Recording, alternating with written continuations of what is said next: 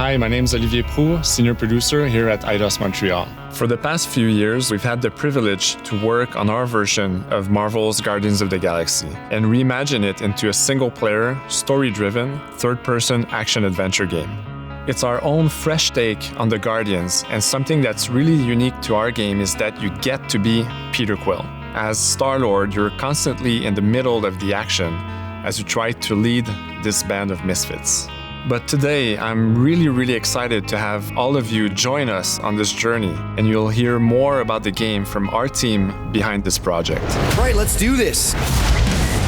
I've always loved Marvel's cosmic characters. Growing up as a kid, I read them, enjoyed them, loved them. I had the opportunity to write for Marvel on some of their cosmic titles. I went back with the help of Bill Roseman, the editor, and kind of cherry-picked characters from Marvel's past. The opportunity here was to build a team, but to make it all underdogs, so that the reader would think, oh my gosh, how is this team going to survive? And that became the Guardians of the Galaxy comic, which we loved working on.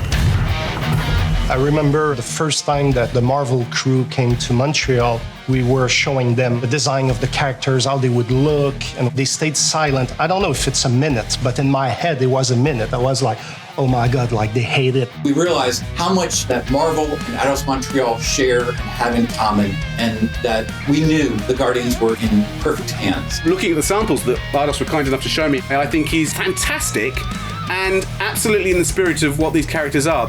What makes the gameplay experience unique to me is no matter in what phase of the game you are, whether you're in exploration or you're fighting, the Guardians are constantly around you and you never feel alone. While you're the leader, the Guardians will also challenge you and make decisions on their own, and you will have to adapt to it. You are literally part of the Guardians of the Galaxy.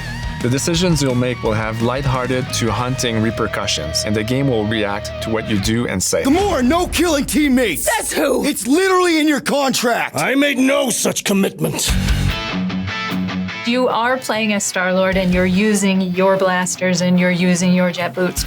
Star-Lord is really empowering. He's very agile on the battlefield. He can slide and over with his jet boots. Of course, he has his elemental blasters that have different powers as well. And on top of all of this, he can use the unique abilities of his Guardians. We're not pirates. We're legally incorporated heroes for hire. Gardeners of the Galaxy? What? No!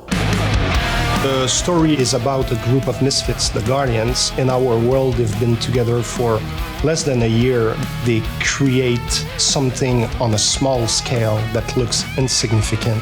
And as they progress through the story, they discover that they created something really big that threatens the galaxy. There are a lot of very interesting villains in the Marvel franchise. And when you're starting to work on a story like this, you get to get your pick of which ones will make the best for this story. That gives us the opportunity to bring in some that are well known, but some that are also not all that well known. What Eidos is getting so right about them is capturing what it's like to be a misfit family. They're also bringing an amazing imagination to it. You're going to see planets and characters that are going to blow your mind. Interpreting it in its own way, I think, makes it feel incredibly fresh and exciting. It's not a matter of trying to replicate the comic or trying to replicate the film. It's trying to take the medium you're working in and make the best version of Guardians out of that. They made it fun. They made it rock and roll. They delivered everything you would want in a Guardians game.